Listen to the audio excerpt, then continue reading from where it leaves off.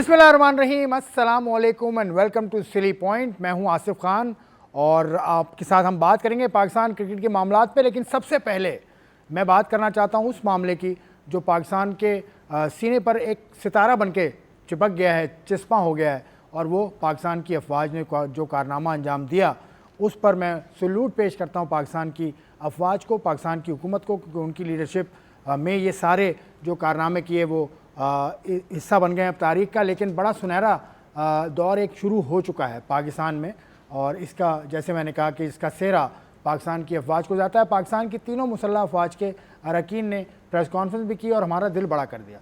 जिस तरह से सोबर अंदाज में उन्होंने प्रेस कॉन्फ्रेंस की, जिस तरह से उन्होंने डिफ़ाइन किया कि उन्होंने एक रिटेलिएशन जो की थी वो रिटेलिएशन थी, वो अटैक नहीं था। It was a retaliation and a fitting retaliation.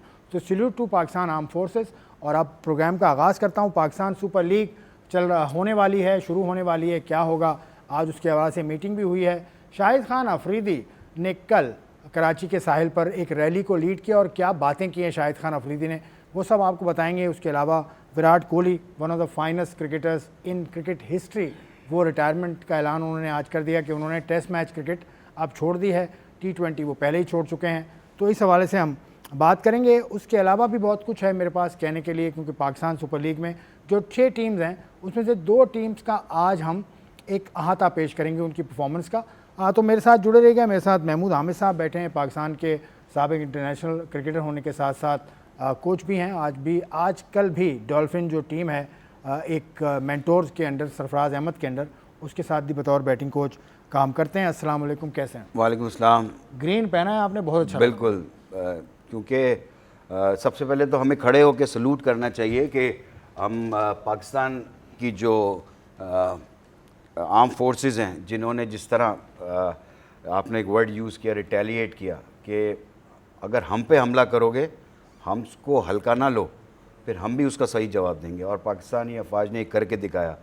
और salute to Pakistan air force as well कि उन्होंने जिस तरह फिर प्रेस कॉन्फ्रेंस जो हुई है, जिस तरह के तीनों लीडर्स ने जो बात की है, अमेजिंग, मतलब बिल्कुल चारों शाने, किसे कहना है, क्या कहते हैं, चारों शाने चित कर देना, वो कर दिया है। तो अब दुनिया को पता चल गया है कि पाकिस्तान की जो कौम है, पाकिस्तान की जो गवर्नमेंट है, पाकिस्तान की जो फ़ौज है, वो किसी से कम नहीं है। और आप हमारी तरफ मैली नज़र देखेंगे तो हम उसका जवाब उसी तरह देंगे। ठीक है, उनके साथ बैठे हैं फवाद मुस्तफ़ा, एनालिस्ट हैं। आप उनको टीवी चैनल्स पर मुख्तलिफ देखते रहते हैं, इनके आर्टिकल्स भी हम पढ़ते रहते हैं, और इसके अलावा ये फर्स्ट क्लास क्रिकेटर भी हैं बाय द वे। तो फवाद मुस्तफ़ा को सलाम पेश करता हूँ और इनको भी मैं खुशामदीद। आपने भी ग्रीन पहना हुआ भाई? बस जी, दिन ही ऐसा है, कुछ खुशी ज़्यादा है। अच्छा, फर्स्ट क्लास क्रिकेट भी आप खेल चुके हैं? जी, मैंने खेली है। ठीक है, महमूद साहब के टाइम के अंदर या उससे महमूद साहब से मैं थोड़ा सा जूनियर हूँ। चलें, तो बड़ा अच्छा आगाज़ हुआ इस वीक का, बहुत हवालों से, क्रिकेट के हवाले से भी अच्छा आगाज़ ये कहा जा सकता है। लेकिन शाहिद अफरीदी का मैंने जिक्र किया था, तो पहले शाहिद अफरीदी की तरफ चलते हैं। शाहिद अफरीदी कल क्लिफ्टन का जो साहिल है यहाँ सी व्यू, उस पर मैं भी मौजूद था, और शाहिद अफरीदी बड़े ही दबंग अंदाज में जिस तरह से वो बात करते हैं, उन्होंने बहुत कुछ कहा। उन्होंने ये कहा कि इंडिया से हम जंग नहीं चाहते हैं, हम पुरअमन कौम हैं, और इस रैली का मकसद भी यही था कि पाकिस्तान जिंदाबाद रैली का मकसद भी ये था कि अमन का पैगाम दें। उन्होंने कहा कि भाई इंडिया वाले यहाँ आएँ, पाकिस्तान वाले वहाँ जाएँ। उसने यहाँ तक कहा शाहिद अफरीदी ने कि वहाँ क्रिकेट खेलने वो कई मरतबा गए हैं इंडिया, और उनको अच्छा ही लगा। उसके अलावा भी उन्होंने वहाँ की हुकूमत जिस तरह के प्रचार करती है जिन बातों का, वो हकीकतन नहीं है, मरीज़ों तक को वापस भेज दिया। यार ये तो काम नहीं होना चाहिए ना। तो ये सारी बातें थी। शाहिद अफरीदी वाला जो शॉट है, जो गुफ्तगू शाहिद अफरीदी की, वो सुन लेते हैं पहले, उसके बाद प्रोग्राम आगे बढ़ाएंगे। सलूट करता हूँ अपनी पाक फौज को। अल्हम्दुलिल्लाह, अल्हम्दुलिल्लाह। देखें, हमारे जो हम आज सारे मिलके जो निकले हैं, वो इसलिए निकले हैं कि हम अमन के लिए निकले हैं। अमन पसंद लोग हैं। हमारा दीन हमें अमन सिखाता है। हमारा मुल्क, हम जो दहशतगर्दी के इल्जामात बगैर सबूतों के हम पे लगाते हैं, हम तो कितने अरसे से दहशतगर्दी के खुद शिकार हैं। 80-90 हज़ार बंदा हमारा शहीद हुआ है। तो आप किस मुंह से 10 मिनट के अंदर बगैर इन्वेस्टिगेशन आप पाकिस्तान के ऊपर इल्जाम लगाते हो? ठीक है, मैं सिर्फ रिक्वेस्ट ये करूंगा कि देखिए, हिंदुस्तान, इंडिया में मैंने बहुत क्रिकेट खेली है, मुझे हर जगह हिंदुस्तानी बंदा मिलता है पाकिस्तान में। पढ़े लिखे, इज्जत वाले, अदब वाले लोग हैं, लेकिन मोदी इनको किस तरफ लेके जा रहा है, किस डायरेक्शन में मोदी इनको लेके जा रहा है। मोदी इनको कनाडा में भी बदनाम किया, कतर में भी बदनाम किया, इंग्लैंड में, अमेरिका में, हर जगह मोदी की वजह से हिंदुस्तानी बंदा बदनाम हो रहा है, जो मैं समझता हूँ कि गलत है। आपने हमारे फूल जैसे बच्चों को, जो पाकिस्तान का मुस्तकबिल थे, उनको शहीद किया है, हमारे सिविलियंस को मारा है। हमने क्या, आप किसी एक का सबूत दिखा दो, किसी एक सिविलियन को हमने मारा है? नहीं मारा। फिर मैं बात करूंगा, अमन से चलो, प्यार मोहब्बत के साथ चलो। हिंदुस्तान के लोग पाकिस्तान आना चाहते हैं, पाकिस्तान के लोग हिंदुस्तान आना चाहते हैं, आपस में क्रिकेट के ताल्लुकात बहाल होने चाहिए। हम तो इस सोच के लोग हैं। आप ना टीम भिजवा रहे हो, ना खेलना चाह रहे हो। किस सोच, किस माइंडसेट के लोग हो आप लोग? आप लोग मोदी क्या नफरतें फैला रहे हैं हिंदुस्तान के लोगों के अंदर? मोदी अपने फायदे के लिए मुस्लिम कार्ड, हिंदू कार्ड खेलता है, ये उसकी कामयाबी का राज है। और समझ नहीं आता कि ये लोग उसको, जितने भी उसके फॉलोअर्स हैं, अफसोस होता है बहुत सारे हिंदुस्तान के अंदर ऐसे लोग हैं जो पाकिस्तान के साथ प्यार मोहब्बत के साथ चलना चाहते हैं, लेकिन वो आई डोंट नो कि उस किस माइंडसेट से मोदी पैगाम दुनिया को दे रहा है। शाहिद खान अफरीदी ने तो हमारा खून गरमा दिया हमारा। कल मैं यहाँ था, इतनी पब्लिक थी कि आप सोच नहीं सकते। बिल्कुल। अब देखें ना, बात वही जो हम भी बात कर रहे हैं, शायद भी यही कहना चाह रहे हैं कि हम तो ऑलवेज, हमने तो हाथ फैलाए, हम तो क्रिकेट खेलना चाह रहे हैं, हम तो टूर भी करना चाह रहे हैं। ऑलवेज उनकी तरफ से प्रॉब्लम्स क्रिएट हो रही है, और वो उनकी बोर्ड भी नहीं, कि मतलब उनकी गवर्नमेंट जो चाहती है कि नहीं, पाकिस्तान के साथ क्रिकेट नहीं होनी चाहिए, मतलब स्पोर्ट्स को भी उसके अंदर, पॉलिटिक्स के अंदर ले आते हैं। और अब जो ये बात की है उन्होंने, बिल्कुल सही बात है कि हमारे बच्चों के सिविल, देखिए जंग के भी कोई उसूल होते हैं, कोई नॉर्म्स होते हैं। आप सिविलियंस पे अटैक कर रहे हो, मतलब ये तो आप बिल्कुल, जिसे कहना चाहिए, हर चीज़ की वायलेशन कर रहे हो। तो उसका जवाब जो देना था हमने दे दिया है, और इस वक्त हमें फ़ख्र है अपने फौज के ऊपर, आर्म फोर्स के ऊपर, कि उन्होंने जिस तरह डिफेंस किया और ज़बरदस्त उसका जवाब देना बहुत दो ज़रूरी लफ्ज़ था। शाहिद अफरीदी के लिए। देखिए, मैं शाहिद के अलावा बात करूंगा कि शुरुआत ये सोच में कैसे इंडिया की आई। जब वहाँ पर क्रिकेट बोर्ड में उसको चलाने वाले सियासी लोग आए तो उनकी सोच सियासत की तरह आई, वरना इंडिया पाकिस्तान क्रिकेट होना ना होना तो अलग बात है, बट इस जगह पे नहीं होती थी जब इतने सख्त फैसले हों कि एक आईसीसी का इवेंट है, उसमें ये कि जी हम नहीं जाएंगे। फिर जिस तरह से उनकी क्रिकेट बोर्ड आगे बढ़ता चला गया दुनिया भर में और इजारादारी उनकी बढ़ती चली गई, तो वो एक सोच आई कि जी हम, क्योंकि क्रिकेट में जिस तरह के डिसीजन ले रहे हैं, हमारी इजारादारी है, तो बाकी जगह पे भी हम उसी तरह से रूल कर सकते हैं। फिर जो मीडिया का रवैया रहा, जिस तरह से फेक न्यूज़ और एक एक्सट्रीमिस्ट मीडिया रहा, जहाँ पर आप खबर बग़ैर तहकीक के जो भी चला दें, उन सब चीज़ों ने इसको ऐड किया। तो आप जब इस तरफ आए उस चीज़ को लेके, जंग और लड़ाई की तरफ, तो आप एक्सपेक्ट नहीं कर रहे थे। यहाँ बॉलीवुड और क्रिकेट की तरह नहीं था कि जी आप जो चाहेंगे और हो जाएगा। जब आप मैदान जंग में आते हैं तो आप अपने हरीफ को लाइट नहीं ले सकते, आप उनकी तैयारियों का आपको अंदाज़ा ही नहीं था। आप तो उसी तरह तैयारियों और तैयारों दोनों का अंदाजा तो दोनों का अंदाजा बेसिकली उसी तरह से उस तरफ जा रहे थे जैसे क्रिकेट का होता है ना, कि क्योंकि आईसीसी के पास पैसा हमारे पास से ज़्यादा जाता है तो बाकी चीज़ों पे कर लेंगे। तो जिस तरह से उन्हें जवाब मिला तो ज़रूर था। और आपको याद करा दूँ, अब हम बैठे हुए थे होटल में, जो कि पोर्ट से कितना करीब था, कोई 1.5 किलोमीटर से जी 1.5 और उसी वक्त हमने ट्विटर पे देखा कि कराची पोर्ट पे हमला हो गया। देखें, कराची सोच का पोर्ट पे जैसे, तो छोड़े, लाहौर पोर्ट पे भी हमला हो गया। लाहौर ने पोर्ट भी फवाद ने डिस्कवर जो हो गया। बात की है कि जब से उनके ज़्यादातर पॉलिटिकल लोग आने शुरू हुए, देखिए पॉलिटिकल लोग आने से, लेकिन जहन का बड़ा फ़र्क है। हमारे यहाँ भी पॉलिटिकल लोग है बोर्ड के अंदर, ठीक है, लेकिन उनका जहन एक दूसरी तरफ, मतलब वो स्पोर्ट्स को उस चीज़ से बिल्कुल अलग रखते हैं। नहीं, ऐसे पॉलिटिकल लोग नहीं है, ठीक है ना, कि वो मिनिस्टर भी थे, हाँ, यूनियन मिनिस्टर थे आपके, इससे पहले शरद पवार साहब, इसके बाद ये लेकिन जो देखें आए ना, हैं जय शाह साहब, देखें इनके वालिद हमारे साहब हमारे जो मिनिस्टर। लोग हैं फिर भी जो है क्या नाम है, इस चीज़ क्रिकेट को और पॉलिटिक्स को अलग रखते हैं। आप ये देखें ना, कोई भी हम बायलैटरल सीरीज़ भी खेलना चाहते हैं, हम आईसीसी के टूर्नामेंट भी, जहाँ पर टूर्नामेंट हो वहाँ खेलना चाहते हैं। आपने सबसे पहले तो हमारा आईसीसी ये जो इवेंट था अभी चैंपियंस ट्रॉफी, सबसे पहले वो आपने ख़राब किया हमारा। आप बैठ गए जाके दुबई के अंदर, सारी टीमें यहाँ से जा रही थी दुबई खेलने के लिए, आपने तो फुल एडवांटेज ले लिया, अपनी मर्जी की पिचेस भी बनवा ली, हर चीज़ कर लिया आपने जो आपको करना था। तो वहाँ पर भी तो देखें, सारे जितने भी बड़े प्लेयर थे, सर विव रिचर्ड ने ही बोला, बहुत से पॉन्टिंग ने भी बोला, और लोगों ने बोला कि ये तो बिल्कुल वन साइडेड चीज़ हो गई ना, कि आप एक ही वेन्यू पे खेल रहे हैं, बाकी टीमें ट्रैवल भी कर रही हैं, आप तो और आपके क्या वो एक एक हफ्ते के आपके गैप भी आ रहे हैं बीच में, दूसरी टीमों 1-2 दिन बाद मैच खेल रही हैं, तो आपको तो हर तरह से एडवांटेज मिल रहा है। तो ये तो जिसे चाहिए, जब भी तो दुनिया बोल रही है, जितने बड़े प्लेयर्स हैं वो यही बात कर रहे हैं ना कि इनका इन्फ्लुएंस हर चीज़ के ऊपर है। बिल्कुल। और पाकिस्तान ने बड़ी मुदब्बराना, उस वक्त भी पाकिस्तान ने अपनी जो तर्ज अमल रखा था बड़ा मुदब्बराना था कि ठीक है आप नहीं आना चाहते ना आए, लेकिन फिर हम भी नहीं जाएंगे। तो 2027 तक का जो एग्रीमेंट हुआ उसमें पाकिस्तान भी इंडिया नहीं जाएगा, और उसका अभी इसी साल एशिया कप, उसके अलावा विमेन वर्ल्ड कप, उसके अलावा अगले साल T20 वर्ल्ड कप, तो ये सारी चीज़ें इंडिया के हाथ में हैं। चलें, पाकिस्तान सुपर लीग भी इन्हीं मामलात की वजह से मुलतवी हुई थी, उसकी मीटिंग आज हुई है बड़ी ख़ास, अभी तक चल रही है मीटिंग, कोई ख़बर नहीं आई, लेकिन कुछ आपके पास इत्तला है कि कब से? जी, सुनने में यही आ रहा है कि शायद 17 से 25 की एक डेट आ रही है, अभी तक कंफर्म नहीं है बट ज़राए से आ रही है, और ये मेरे ख्याल से कुछ ही घंटों में ये चीज़ें फ़ाइनल भी हो जाएंगी कि उसको कराया जाएगा, और पिंडी और लाहौर की बात हो रही है। तो लेट्स सी, मेरे ख्याल से और यहाँ तक इत्तलात हैं कि जी शायद कुछ टीमों को कह भी दिया कि वो 14 तारीख तक इस्लामाबाद में जो उनके कम से कम लोकल प्लेयर्स और जो स्टाफ है वो वहाँ पहुँच जाए। बहुत सी फ्रेंचाइजीज़ को ये भी सुनने में आया कि उनको कह दिया कि आप अपने फॉरेन प्लेयर के साथ इन टच हो जाएं और उनको बताएं और कोशिश करें कि वो आएँ खेलने के लिए। कोई मिनी ड्राफ्ट हो सकता है इस दौरान? देखिए, अगर जो फॉरेन प्लेयर्स अवेलेबल नहीं होंगे, जैसे ऑस्ट्रेलिया न्यूजीलैंड से इतने जल्दी पहुंचना भी आसान नहीं है, तो हो सकता है पॉसिबिलिटी जिसके पास नहीं होगा तो उसे इजाज़त तो होगी कि उनका रिप्लेसमेंट वो कहीं से भी बुला सके। ये तो हालात कोई नॉर्मल तो नहीं थे ना जिसमें ये सारा कुछ हुआ।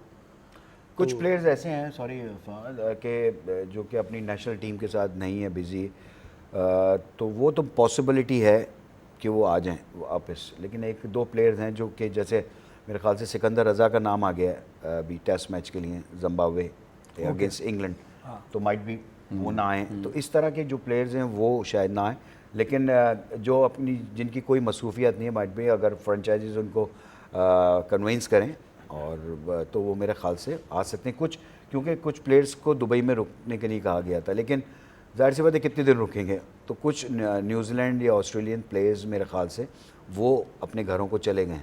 तो जैसे फवाद ने कहा कि आना इतना आसान नहीं होता, ट्रैवलिंग है, तो आज है मेरे ख्याल से 12 तारीख है, स्टिल अभी टाइम है। अगर ये भी 14 तारीख को भी वहाँ से अगर इनको गो एड मिल जाता है तो अगर वो आना चाहेंगे तो मेरे ख्याल से 16 तारीख फिर मैं मेरे ख्याल से वजह यह है कि आसिफ, अगर जिन हालात में आप निकल के जाते हैं ना, तो भी मेरे ख्याल से फैमिली के साथ बात करके एकदम से वापस आना किसी के लिए भी आसान नहीं होता। जो सिनेरियो बन गया था और आसान नहीं था, जब फिर वो निकले हैं कि अब वो क्या हो जाए, क्योंकि ये सारा कुछ ऐसे हुआ था ना कि वो एक्सपेक्ट ही नहीं कर रहा था कि बात इतनी बढ़ जाएगी। अब उसमें मेरा सवाल आप दोनों से है कि ये दुबई चले गए, कुछ वहाँ रुक गए, वापस आना है, इनका खर्चा भी है, ये खर्चा पाकिस्तान का बढ़ गया है? पाकिस्तान क्रिकेट बोर्ड का खर्चा बढ़ा है आपके ख्याल में, या फ्रेंचाइज का खर्चा बढ़ा है? अब ये तो कॉन्ट्रैक्ट के ऊपर डिपेंड कर रहा होता है कि किस, देखें जो मुझे पता है कि जो भी जितनी भी पेमेंट्स सारी होती हैं वो पाकिस्तान क्रिकेट बोर्ड करता है, ठीक है, प्लेयर्स को भी और जितने भी ऑफिशियल्स भी हैं, तो डेफिनेटली जो भी खर्चा एक्सटेंड कर रहा होता है उसका कुछ कॉन्ट्रैक्ट में होगा कुछ ना कुछ। अगर कोई ना कोई फोर्स मेजोर्स आते हैं, ये तो फोर्स मेजोर था ना कि आपको मुलतवी करना पड़ रहा था ये चीज़ें, तो माइट भी इसके अंदर कोई ऐसा कॉन्ट्रैक्ट हो कि क्लॉज तो होगा ना उसमें, कि इसके अंदर इतने परसेंट आपको बेयर आपको मिलेंगे, करना पड़ेगा, इतने परसेंट, कुछ ना कुछ ऐसी चीज़ होगी। तो ये तो बेहतर वही फ्रेंचाइज बता सकती है या पीसीबी। फ्रेंचाइज से पड़ जाता है, फ्रेंचाइज ही वजह से थोड़ा सा ये जो डिले हो रहा है, फ्रेंचाइज यही बात। अब गेम इस वक्त यहाँ आके रुक गया कि मुल्तान बाहर हो चुकी है, ठीक है, 1-2 मैचेस में और टीमों का भी अंदाज़ा बेसिकली अगले जैसे ही शुरू होता है उनके 2 मैचेस के बाद पता चल जाएगा 4 टीमें कौन सी हैं, ठीक है। अब उसमें देखते हुए हर टीम ने अपने हिसाब से करना है। हालात कोई ऐसे हैं नहीं कि फ्रेंचाइज कह सकता था कि जी क्यों मुलतवी की, क्या वजूहत हुई, ये ऐसी थी कि होनी है। तो अब इसमें दोनों ने मिलकर, प्लस ये कि आपने कराना है, ये 10th एडिशन है, फिर आपने 11वें से जाने से पहले एक तो दोबारा से 2 टीमें ऐड होनी है, बहुत सारी चीज़ें, बिडिंग दोबारा से होनी है, तो बहुत कुछ होना है अगले 5-6 महीने में। अभी इसलिए करानी है आपको जल्दी। अगर देखिए मुल्तान तो ऑलरेडी बाहर हो चुकी है, उसका एक मैच बाकी है, वो भी कोयटा से बाकी है। कोयटा भी ऑलरेडी क्वालिफाई कर चुकी है, भाई कोटा क्वालीफाई हाँ वही मैं ऑलरेडी मैं कह रहा हूँ ना, ऑलरेडी क्वालिफाई कर चुके हैं ना, 13 पॉइंट्स पे लाहौर, वो। पेशावर, मसला है लाहौर और पेशावर का। और इस्लामाबाद। मैं समझता हूँ नहीं, इस्लामाबाद भी क्वालिफाई, इस्लामाबाद 10 नहीं, पॉइंट पे ना, इस्लामाबाद अगर हार नहीं, जाती है, नहीं, अगर नहीं, हार अगर हार भी हाँ, जाती है नहीं तो कराची दिलचस्पी नहीं रहेगी। नहीं, लेकिन अगर जो आखिरी मैच है ना पेशावर का और लाहौर का, उसमें से एक टीम तो बाहर होगी ना, वो एक नहीं, नौ देखिए नौ अगर पे पेशावर के रहेगी। 2 मैच है ना, अगर पेशावर अपना जीती 10 पॉइंट 10 पे आई और पॉइंट पे आ एवरेज गई। अच्छा कर लिया, हाँ तो 10 पॉइंट पे आ गई। अब उसका अगला मैच होगा सॉरी लाहौर के साथ, ठीक है ना, पेशावर का। पेशावर भी 10 पॉइंट पे और लाहौर 9 पॉइंट पे। अब दोनों का मैच पड़ गया, लाहौर ने जीता, एक 11 एक हार गया, वो हार गया, लाहौर जीत गया, वो 11 पे चला गया, बहस आप वो कर बाहर हो लीजिए, गया। बहस के लिए मैं वक्त देता हूँ आपको, तो आप दोनों बैठ इसलिए के बहस करेंगे, मैं ये भी जो इसमें पड़ा शामिल हुआ है ना होऊंगा। इसके अंदर, एक ब्रेक ले लेता हूँ, ब्रेक के दौरान आप बहस कर लेंगे, थोड़ा सा हम और चीज़ों को हम सिस्टमेटिकली देख लेंगे कि क्या पॉइंट्स टेबल है, उसके बाद हम मज़ीद गुफ्तगू करेंगे। अहम इजलास अभी भी मेरी इत्तला के मुताबिक जारी है, उसका क्या फ़ैसला आता है, हो सकता है प्रोग्राम के दौरान ही हमारे फैसला आ जाए, तो जैसे ही आएगा हम आपको आगाह करेंगे। और भी मौज़ूआत हैं, हम बात करेंगे इस ब्रेक के बाद।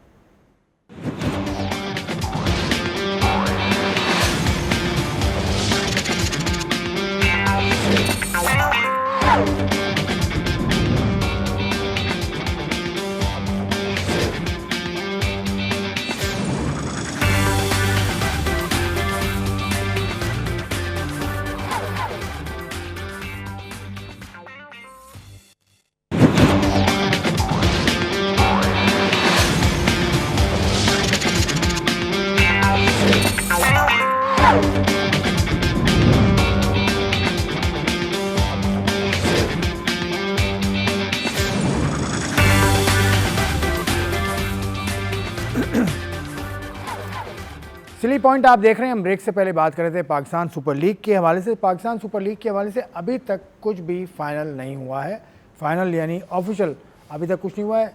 ये खबर आई है कि चेयरमैन पीसीबी के सिग्नेचर का इंतज़ार है, उसके बाद सब अनाउंस कर दिया जाएगा। ये भी खबर आई थी कि 14 तारीख को प्लेयर्स को टीम को असम्बल करने का कह दिया गया है। लेकिन इस हवाले से बात करता हूँ मैं। महमूद भाई, आपके पास कोई इतला है, कुछ आप इस हवाले से बात हुई किसी फ्रेंचाइज के ऑफिशियल से? बात ये हुई है कि मतलब उनको अभी तैयार रहने के लिए बोल दिया, और जैसे मैंने कहा था कि अपने फॉरेन प्लेयर्स के साथ उन्होंने बात करनी है कि आए वो एग्री हो रहे हैं, उनको कन्विंस करना है कि आप आए हैं। लेकिन अभी तक ये डिसाइड नहीं हुआ है कि आपने क्योंकि वेन्यू अभी तक डिसाइड नहीं है कि कौन से वेन्यू पे होना है। पिंडी और ये आया है ना अभी, पिंडी और लाहौर के अंदर। तो फिर ये अपना सारा जैसे ही शेड्यूल देंगे उसके बाद टीमें अपना बनाएंगी ना कि हमने कितने दिन पहले पहुंचना है।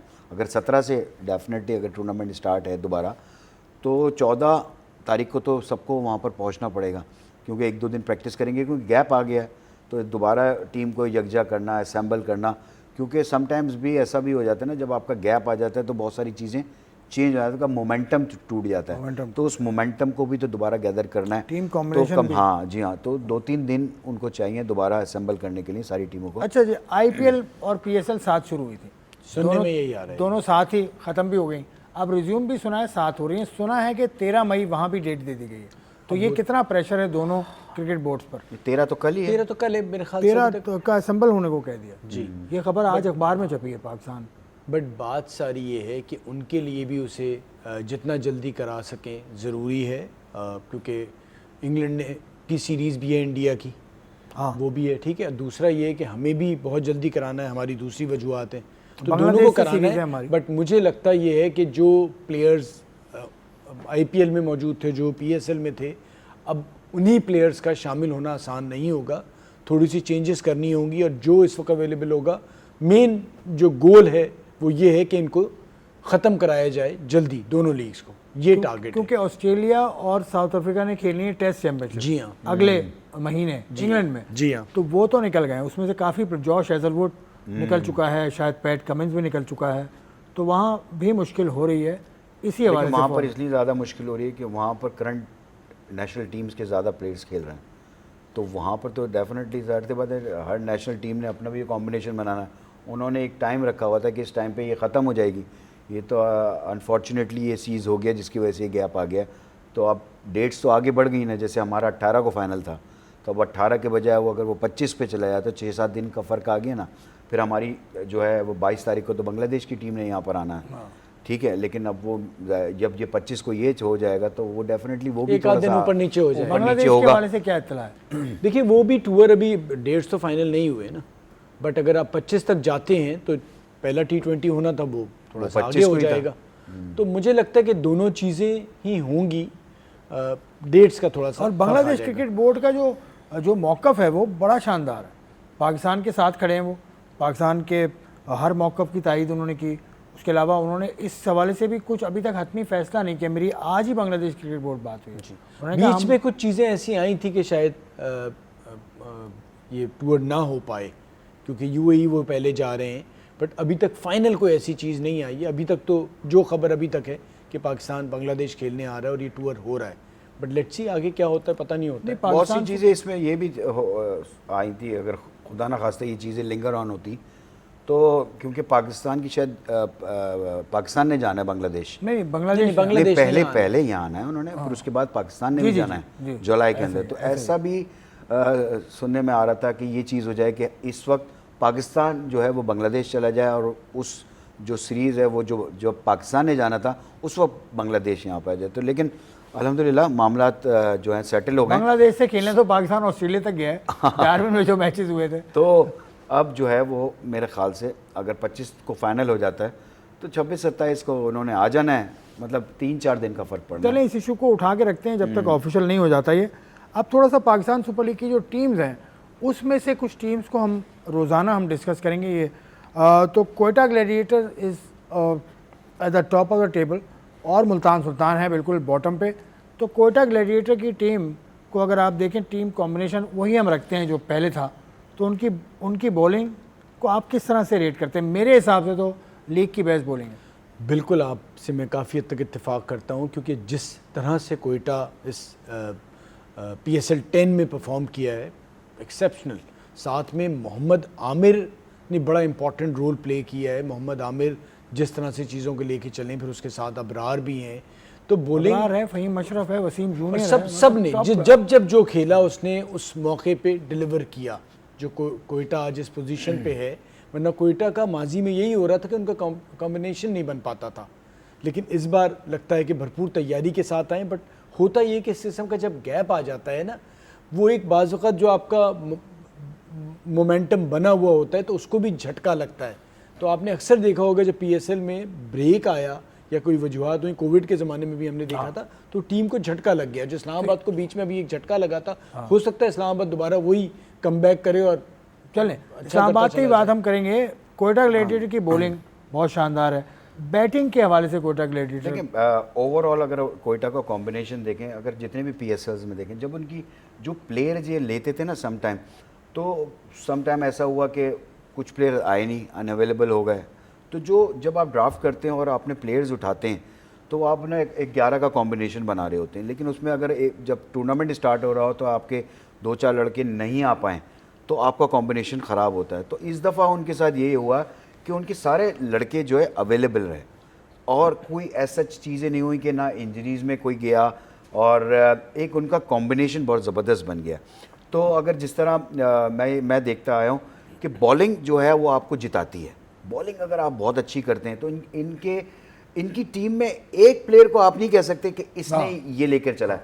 इनकी पूरी टीम अगर आप उठा के देखें, बॉलिंग के अंदर मोहम्मद आमिर ने शुरू में उनको आउट करके दिए, उसके बाद अगर मिडिल ओवर्स के अंदर आ जाए वहाँ फ़हीम अशरफ उनको आउट करके दे देता है। फिर वसीम जूनियर इस दफ़ा मुझे बड़ा डिफरेंट नज़र आया, इवन फील्डिंग के अंदर बहुत अच्छा नज़र आया मुझे।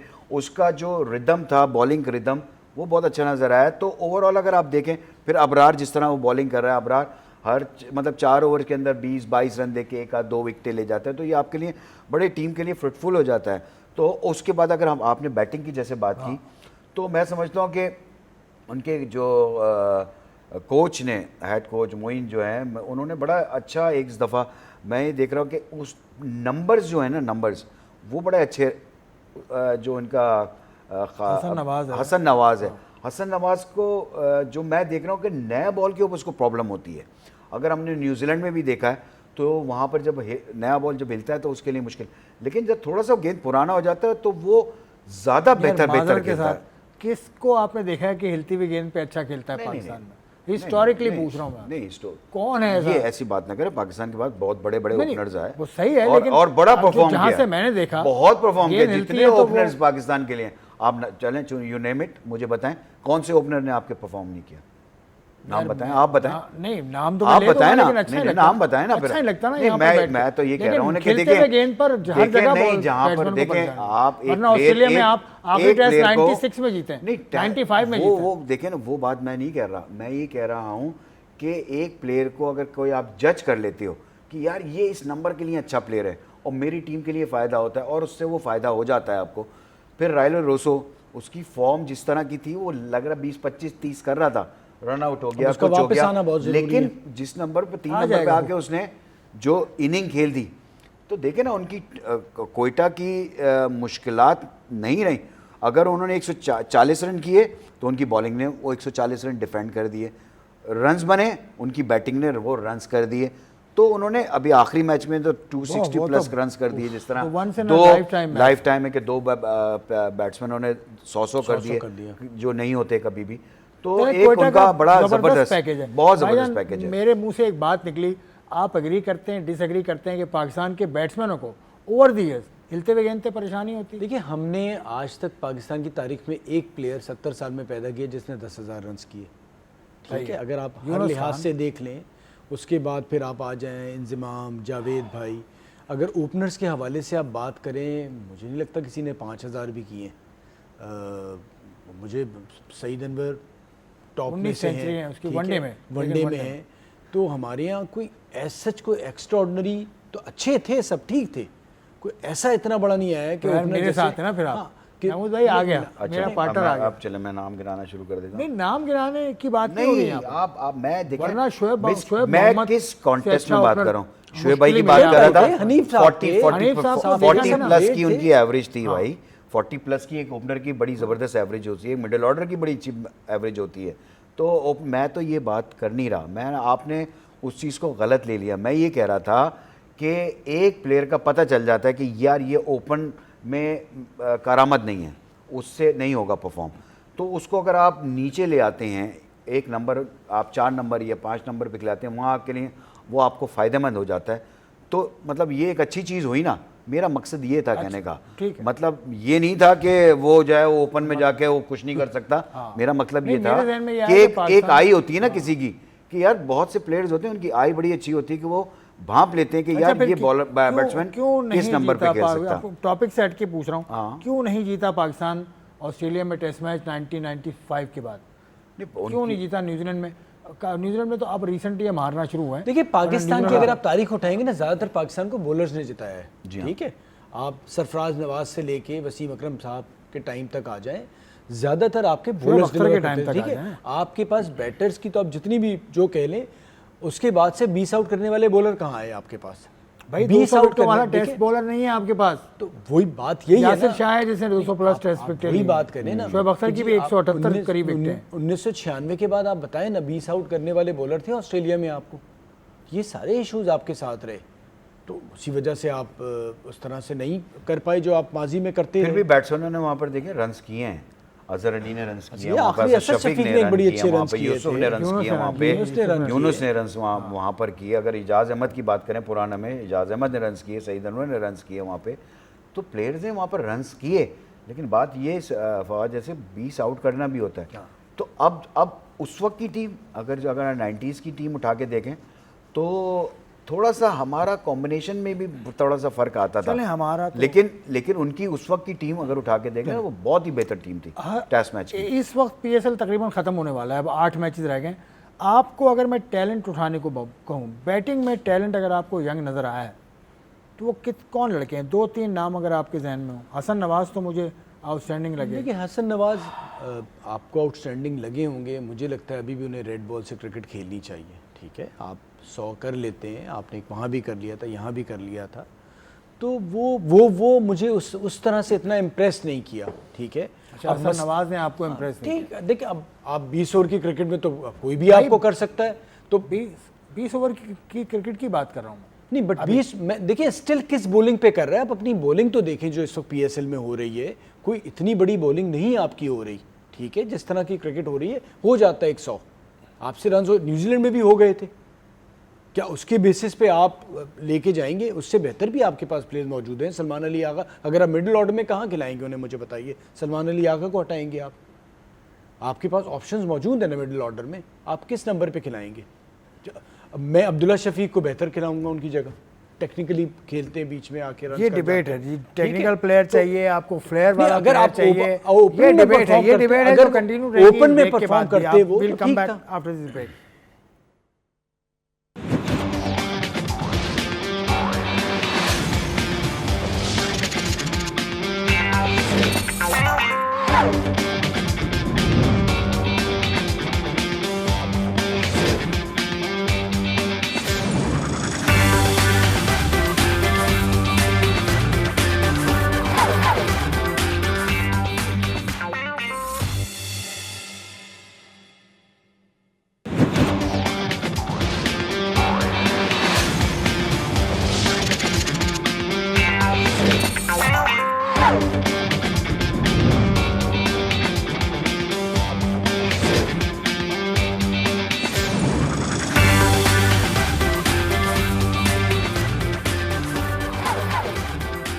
Welcome back to 3 point. मेरे दोनों एनालिस्ट का ये कहना है कि रेड बॉल क्रिकेट इंपॉर्टेंट होती है, रेड बॉल में खेलना चाहिए लड़कों को।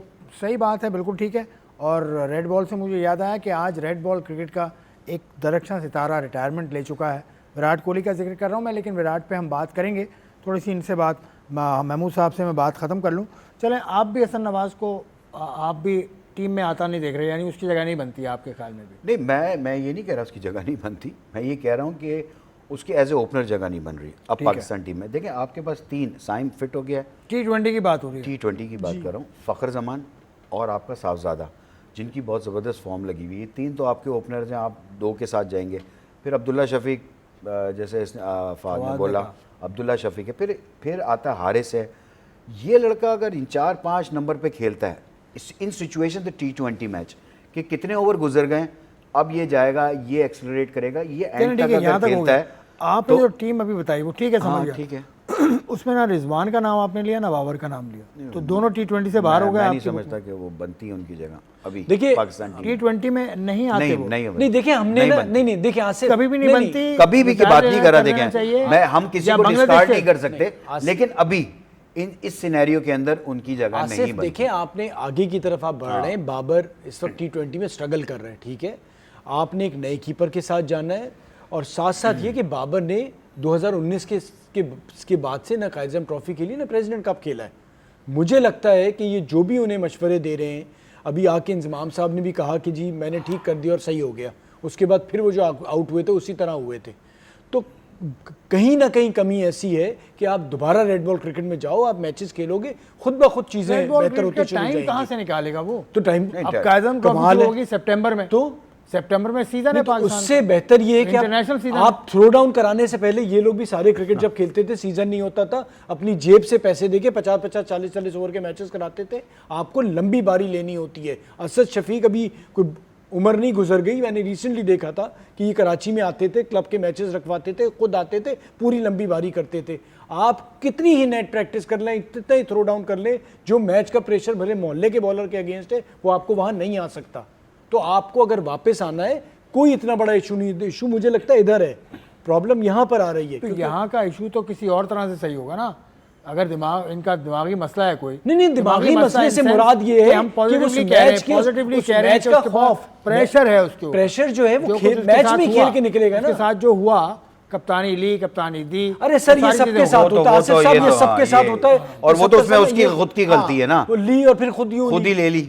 तो वो तो सबसे बड़ा जिसे कहना चाहिए डिबेकल था। मैं समझता हूँ कि आपको पहले आपसे ली गई, एक सीरीज के बाद आपको वापस लिए करा रहे हैं, और वहीं से तो टीम में प्रॉब्लम शुरू हो गई। मेरा सवाल तो ये है कि जब जो रूट T20 नहीं खेल रहा, तो बाबर को क्यों T20 खेलना जरूरी है? जो रूट क्या बाबर का कोच है, कुछ है? नहीं, वो भी तो बड़ा प्लेयर है ना, वो भी अच्छा बड़ा प्लेयर है, इंग्लैंड का प्लेयर है, वो इंग्लैंड के। अच्छा, आप कहना चाह रहे हैं कि इनकी जगह बनती है टीम में? मैं तो पूछ रहा हूँ, हम तो कह रहे हैं ना नहीं बन रही, इस सिनेरियो में अभी नहीं बन रही।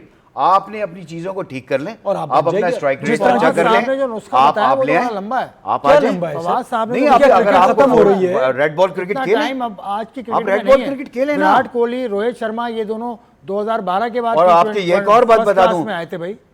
भाई मेरे, हम विराट कोहली की तो अभी बात ही नहीं कर रहे, हम तो बाबर की नहीं, बात कर रहे हैं। आपने जो रूट की बात की ना, तो हाँ। मैं किसी और बड़े प्लेयर की एग्जांपल आपको दे रहा हूं कि वो भी फर्स्ट क्लास क्रिकेट में बहुत अरसे के बाद वापस आए। तो कोहली तो रेगुलरली परफॉर्म कर रहा था ना, कोई परफॉर्म ऐसे कर जितना रहा बड़ा है, बैक ठीक है। पेस तो नहीं तो आया इसका ना मतलब उसका। फर्स्ट क्लास क्रिकेट जरूरी नहीं है, मैं ये कह रहा हूं। भाई अरे जब आप भाई, जब आप क्रिकेट में परफॉर्म काम नहीं कर करेंगे, अच्छा कर रहे हैं, आपका mindset तो आपने आप जाना कंट्रोल है कर नीचे। रहे हैं। आपने सबके साथ बैठ के बात कर ली, आपने टेक्निकल जो भी इश्यूज है उन पे भी बात कर ली, सब ठीक हो गया, फिर आप स्ट्रगल वहीं कर रहे हैं, वही बॉल अंदर आ रहा है, उस पर आप तो फंस फिर रहे उस हैं। मसले का हल ढूंढो। तो मैं आपको हल ही तो बता रहा हूँ मेरे ये नहीं भाई, कह और रहा क्या कि बता first रहा class में चले हूँ। जाओ। रेड बॉल, रेड बॉल, तो रेड बॉल से यार practice काउंटी कीजिए, खेलने उसमें चले जाओ ना, काउंटी खेलने चले जाओ, काउंटी बात खेलने सही कह चले रहे जाओ, हैं। क्या वहाँ बाबर रेड को बॉल काउंटी खेल नहीं लो, मिलेगी? ये अच्छा सजेशन है। काउंटी खेल लो। पाकिस्तान के बैटर्स पहले और जाते क्या, थे। काउंटी के पहले कितने प्लेयर खेलते थे आपके, आप काउंटी खेल लें, वहां पर आपको बहुत सारी चीजें आपकी शायद बेहतर हो जाएं। गए तो थे ये काउंटी खेलने नहीं, कुछ अब अरसा अब की पहले बात कर रहा हूँ। कुछ अभी अरसा की पहले। बात अभी प्रॉब्लम हो तो रही अभी है है भाई, ना, अभी प्रॉब्लम है। अभी प्रॉब्लम तो अभी है। आप खेलें काउंटी क्रिकेट जाके, आपको बहुत सीखने को मिलेगा। और काउंटी क्रिकेट, इंग्लैंड में जिसने क्रिकेट खेली है उसको, वो टोटली बहुत प्रोफेशनल होता है, क्योंकि वहाँ पर बेयर नहीं करते आपको भाई कहीं भी। यहाँ पर तो आप नहीं करते रहें, आपको फिर भी खिलाते रहेंगे, आपकी सारी चीज़ें होती रहेंगी। वहाँ पर आपको नहीं, अगर आपने किया तो आप, वो जो मैनेजमेंट है ना, वो आपको टीस करती है कि भाई यू हैव टू परफॉर्म, आपने करना है परफॉर्म। वो प्रेशर जो ओवरसीज प्रोफेशनल का वो एक अलग ही होता है ना, होता है। उसका एक प्रेशर ही अलग होता है, आपको करना पड़ता है। और कोई भी चीज़ आप कोचेस से बात करें, आप कुछ भी करें, अपने आप को सेटल डाउन करें। मेंटली प्रॉब्लम है तो उसके लिए भी बंदे होते हैं, वो आपको सब कुछ कर रहे होते हैं। लेकिन यहाँ पर एक डिफरेंट चीज़ है, यहाँ मैं देखता हूँ यहाँ स्टबर्न हो जाती हैं चीज़ें। अगर नहीं हो रहा है, इससे कोई मसला नहीं है यार, आपसे ओपन में नहीं, और आपकी टीम भी स्ट्रगल कर रही है उसकी वजह से, तो आप नीचे आ जाए। अभी आप आए ना 3 नंबर पे, क्यों आ गए? आए, उससे फ़ायदा हुआ गया ना, आपकी टीम को भी फ़ायदा हो गया, आपने मैच जिता दिया। तो ये सारी चीज़ें हैं, तो रियलाइज़ करने वाली चीज़ें हैं। स्टबर्नेस जो है ना, वो इंसान को ज़िद्दीपन मार देती है। तो यही हुआ, उनकी टीम को भी नुकसान हो रहा था और इवन पाकिस्तान टीम को भी नुकसान हो रहा अगर जिद्दी है वो बहुत भाई। था। एब्सोल्युटली, ये आपको कुछ मुझे लगता मिला है, है कुछ ऐसे? मुझे अंदाजा लगता है ना, होता है। देखें सिनेरियोज वाइज देख रहा होता है ना, हम देख रहे हैं मैच के अंदर यार, 1 मैच 2 मैच 3 मैच मुसलसल इतने मैच हो जाएं और फिर भी आप चीज़ों को सही नहीं कर रहे, इट मीन्स क्या है? तो फिर जिद्दीपना है ना आपके अंदर। अच्छा, बाबर से हट के बात करते हैं। एक और स्टार प्लेयर है मोहम्मद आमिर। मतलब अब वो पाकिस्तान से नहीं खेलता, लेकिन बॉलिंग उस जैसी, मतलब इस पीएसएल में कोई नहीं कर रहा। देखिए अभी तक वो आमिर ही हमारा बेस्ट बॉलर है। जो मुझे उसकी वजह लगती है, और बाकी जो बच्चों में इस चीज़ की कमी लगती है, जो सबसे इंपॉर्टेंट चीज़ आमिर के पास है, बॉल का कंट्रोल।